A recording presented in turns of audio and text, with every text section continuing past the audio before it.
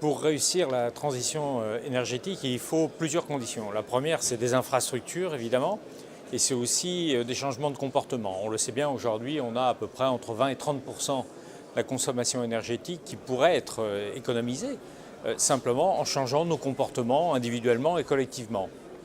Et de ce point de vue-là, je crois que tout ce qui va aider au changement de comportement, et notamment les réseaux intelligents, c'est des outils tout à fait indispensables.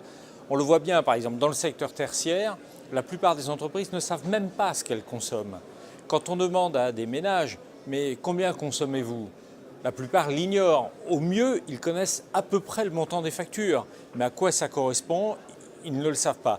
Et donc, il faut absolument qu'on les aide à changer les comportements, entre autres avec tous ces réseaux intelligents.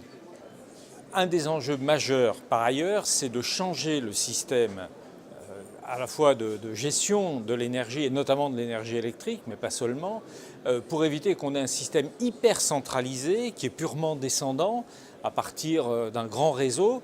Et il va falloir intégrer dedans des milliers et des dizaines de milliers de points d'intégration à partir de sources qui peuvent être tout à fait individuelles, semi-collectives, coopératives, etc. Et donc ça oblige à revoir totalement à la fois le réseau lui-même, sa supervision, sa manière d'être piloté au quotidien. Et on sait bien que les énergéticiens y travaillent beaucoup, et que ce sont des sommes colossales à investir pour ce faire. Et en même temps, il va falloir qu'on intègre aussi une dimension qui pour l'instant est encore un peu balbutiante, qui est le stockage local de l'énergie. On voit bien ce qui est en train de se passer aux États-Unis avec Tesla notamment.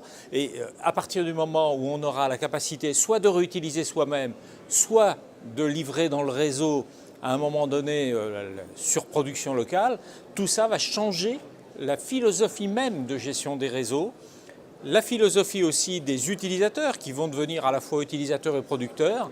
Et donc on a là un bouleversement absolument culturel énorme.